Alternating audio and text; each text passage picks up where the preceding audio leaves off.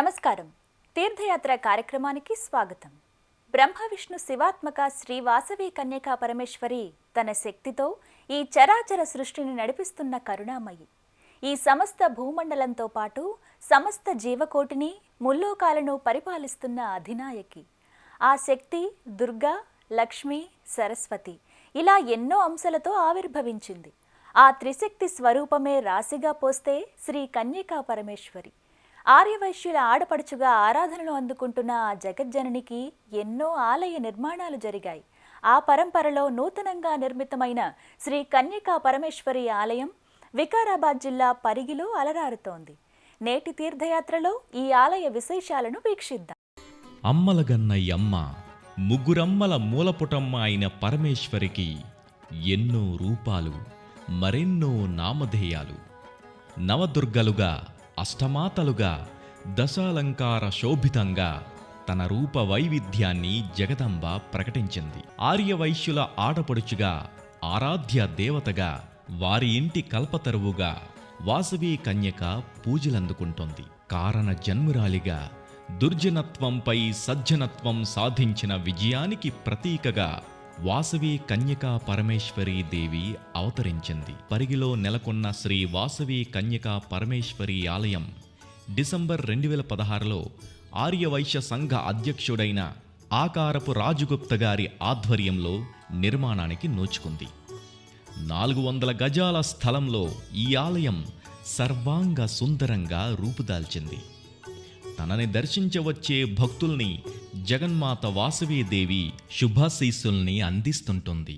పరిగి పట్టణంలోని మొట్టమొదటి శ్రీ కన్యకా పరమేశ్వరి ఆలయంగా ఈ ఆలయం పేరుగాంచింది. ఇక్కడ నివసించే 230 ఆర్యవైశ్యుల కుటుంబాల నుంచి చందా రూపంలో సేకరించిన ఆర్థిక నిధులతో ఈ ఆలయ నిర్మాణం జరిగింది.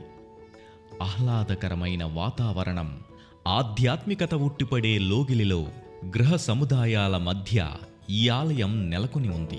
వర్ణరంజితంగా ఉండే ఆలయ సముదాయం భక్తుల మనోసీమల్ని మురిపింపజేస్తోంది. ప్రధానాలయం ముంగిట ధ్వజస్తంభం నెలకొని ఉంటుంది. భక్తులు ముందుగా ధ్వజస్తంభానికి ప్రణమిల్లుతారు. అనంతరం ఆలయ ప్రదక్షిణలు చేస్తారు.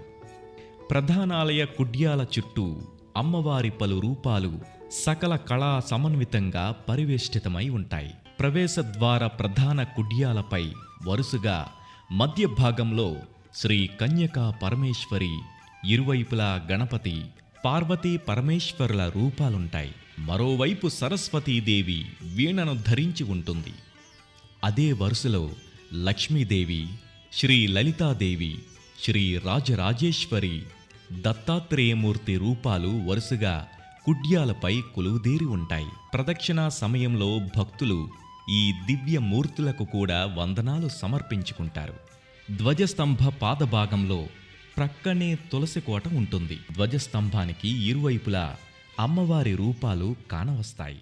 గర్భాలయంలో శ్రీ కన్యకా పరమేశ్వరి దివ్యమైన కాంతితో సకల కళా శోభితంగా అలరారుతోంది. పావనకరమైన నల్లరాతి మూర్తి రూపంతో భక్తులకు హృదయాహ్లాదభరితంగా దర్శనమిస్తుంది. గర్భాలయంలో అమేయ శక్తిదాయని, అనంత కరుణామయ అయిన వాసవి కన్యకాదేవి సమున్నత పీఠంపై విరాజిల్లి ఉంటుంది. నల్లరాతితో మల్చిన అమ్మవారి మూర్తి అత్యంత ఆకర్షణీయంగా భాసిల్లుతుంది. సర్వ కళలతో సకల భక్తుల మనోల్లాసానికి అభయానంద ప్రదాయినిగా పరమేశ్వరి దర్శనాన్ని అనుగ్రహిస్తోంది. ఆదిశక్తి 14 రూపాలలో కన్యకా పరమేశ్వరి రూపే ప్రముఖమైంది. శ్రీ వాసవి కన్యకాదేవి కొందరి కులదేవత మాత్రమే కాదు, సమస్త ప్రాణకోటిని రక్షించే జగన్మాత. అమోఘమైన కాంతులతో దివ్య సుందరమూర్తి విగ్రహంగా దర్శనమిస్తుంది. పసుపు అలదిన ముఖార విందంతో చతుర్భుజిగా గోచరమవుతుంది. పట్టు వస్త్రాల్ని కట్టబెట్టి పుష్పాలంకార శోభితంగా సమస్త ఆభరణాలతో జగదంబ జగన్మోహనంగా మురిపిస్తోంది.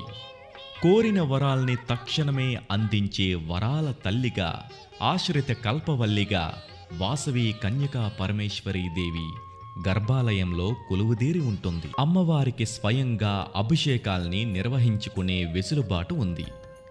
అమ్మవారికి నిర్వహించే అభిషేక వేడుక చూడముచ్చటగా ఉంటుంది. పాదభాగంలో అమ్మవారి చెంత శ్రీచక్రం నెలకొని ఉంటుంది. ఊరేగింపు చేసే ఉత్సవ విగ్రహం కూడా ఇక్కడే మనం చూడగలం. ఈ ఉత్సవ విగ్రహానికి భక్తులు అభిషేకాలు చేస్తారు. శ్రీ వాసవి కన్యకా పరమేశ్వరి ఆలయ ప్రాంగణంలోనే సకల విఘ్నాలను తొలగించే విఘ్నేశ్వరుడి ఉపాలయం ఉంది.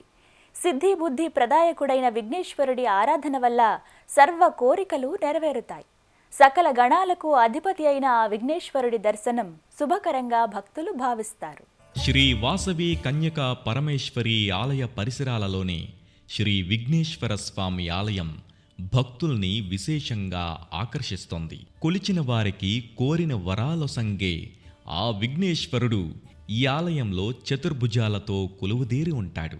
ఎవరు ఏ విధంగా ప్రార్థిస్తే వారిని ఆ విధంగా అనుగ్రహిస్తూ వారి ధర్మబద్ధమైన కామ్యాల్ని నెరవేరుస్తూ గణపతి అందరి దైవంగా వర్ధిల్లుతున్నాడు.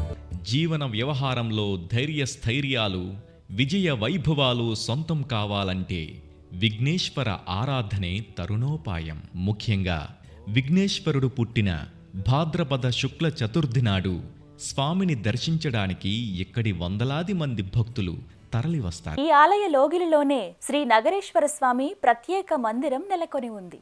శివ చైతన్యానికి శక్తి ఆవహించి ఉంటుంది అనడంలో అతిశయోక్తి లేదు. శివుడు శక్తి వేరువేరు కానే కాదు, ఇద్దరూ ఒకటే. జగజ్జనని శ్రీ వాసవిదేవి కొలువుదీరిన ఏ కొలువులోనైనా సరే తప్పకుండా శ్రీ నగరేశ్వర స్వామివారు కొలువై ఉంటారు. ఆ నగరేశ్వర స్వామివారిని దర్శించుకుందాం రండి. ఇదే ఆలయ ఆవరణలోనే నగరేశ్వర స్వామి సన్నిధి ప్రత్యేకంగా ఉంటుంది. ఈ ఉపమందిరంలో శ్రీ నగరేశ్వర స్వామి పానవట్టంపై లింగాకృతిలో నెలకొని ఉంటాడు. ఎదురుగా నందీశ్వరుడు సదా శివసేవలో నిమగ్నమై ఉంటాడు. నాగేశ్వరాయ త్రిలోచనాయ భస్మాంగరాగాయ నమశివాయ అంటూ శివస్థుతులతో ప్రణతులతో భక్తులు స్వామికి నమస్సులు సమర్పించుకుంటారు. శ్రీ నగరేశ్వర స్వామికి రుద్రాభిషేకాన్ని నయనానందకరంగా నిర్వహిస్తారు. సమున్నతమైన నల్లటి పానవట్టంపై తేనె రంగులో మెరిసిపోయే జ్యోతిర్లింగ రూపుడిగా శ్రీ నగరేశ్వర స్వామి గోచరమవుతాడు.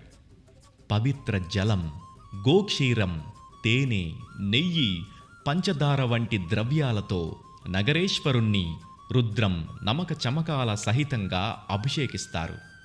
అభిషేకానంతరం స్వామిని సకలాలంకారయుక్తంగా అలంకరిస్తారు. రజత ఆభరణాలు, పుష్పమాలికలతో, సుగంధ ద్రవ్యాలతో రమ్యమోహనంగా భక్తులకు దర్శన భాగ్యాన్ని అనుగ్రహిస్తున్నాడు. త్రిశక్తి స్వరూపిణి శ్రీ కన్యకా పరమేశ్వరి జననం ఒక దివ్య సందేశాన్ని ఇవ్వటానికే. ఆ శక్తి స్వరూపిణి లీలలు ఎన్నని కొనియాడగలం. ఆ లీలలు లోక శ్రేయస్సు కొరకు భావితరాల వారికి మార్గదర్శనమై ఉంటాయి. శ్రీ కన్యకా పరమేశ్వరి జనన విశేషాల గురించి ఒకసారి పరికిద్దామా? వేంగి రాజుల కాలంలో విష్ణువర్ధనుడు రాజుగా ఉన్న కాలంలో పెనుగొండలో కుసుమ శ్రేష్ఠులకు కుమార్తెగా వాసవాంబ జన్మించింది. గురువు భాస్కరాచార్య ఆశీస్సులతో సంగీత సాహిత్యాది కళలతో ఆమె నిష్ణాతురాలయ్యింది. ఒకానొక సమయంలో విష్ణువర్ధనుడు ఆ ప్రాంతానికి వచ్చినప్పుడు వాసవాంబను చూసి ఆమెను వివాహం చేసుకోవడానికి కుసుమశ్రేష్ఠిపై ఒత్తిడి తెచ్చాడు. కానీ తన కులాచారాన్ని వదులుకోలేనని తండ్రి వగపు చెందాడు. వాసవి కన్యగానే ఉండిపోవడానికి నిశ్చయించుకోవడం జరుగుతుంది. ఆమె నిరాకరణను సహించలేని రాజు దాడి చేస్తాడు. రాజుని ఆర్యవైశ్య కులగోత్రీకులు నిలువరించారు. ఆ విపత్కర పరిణామానికి చలించిపోయిన వాసవాంబ ఆత్మ బలిదానం చేసుకుంది. కాగా ఇంతటి పెను విషాదానికి కారణమైన రాజు దారుణంగా మరణించాడు. విష్ణువర్ధనుడి కుమారుడైన రాజరాజ నరేంద్రుడు పెనుగొండలో శాంతిని నెలకొల్పి శ్రీ వాసవీమాతకు తొలి దేవాలయం నిర్మిస్తాడు. అంతటి మహిమాన్వితురాలు ఈ కన్యకా పరమేశ్వరీదేవి.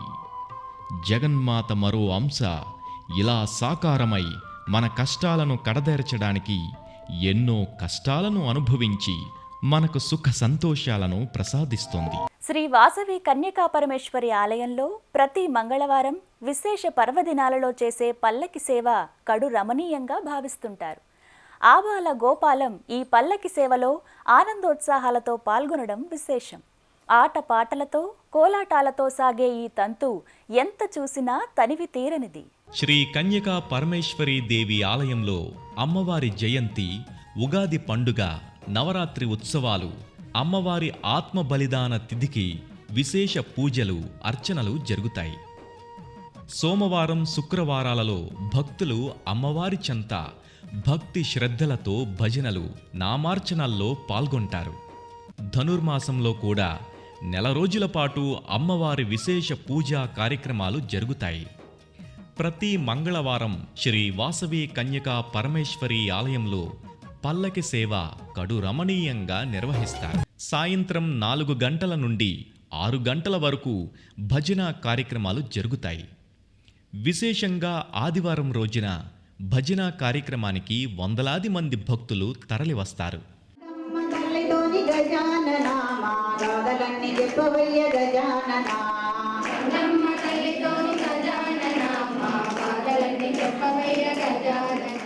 దాండియా కార్యక్రమం కూడా ఘనంగా నిర్వహిస్తారు. కోలాటాలు, నృత్యాలు, దాండియా ఆటపాటలు అమ్మవారి సన్నిధిలో ఆనందోత్సాహంగా జరుపుకుంటారు. పరిగిలోని శ్రీ కన్యకా పరమేశ్వరి నగరేశ్వర స్వామి ఆలయం ఎందరో భక్తులను ఇట్టే ఆకర్షిస్తోంది. ఆర్యవైశ్యుల ఆడపడుచుగా ఆరాధనలందుకుంటున్న ఆ జగజ్జనిని దర్శనం భక్తిముక్తి ప్రదాయకం. శ్రీ కన్యకా పరమేశ్వరీదేవి ఆవిర్భావం, నగరేశ్వర, విఘ్నేశ్వర స్వామివారి మందిరాలను దర్శించుకున్నాం కదా. మరో క్షేత్ర సందర్శనంతో మళ్ళీ కలుసుకుందాం.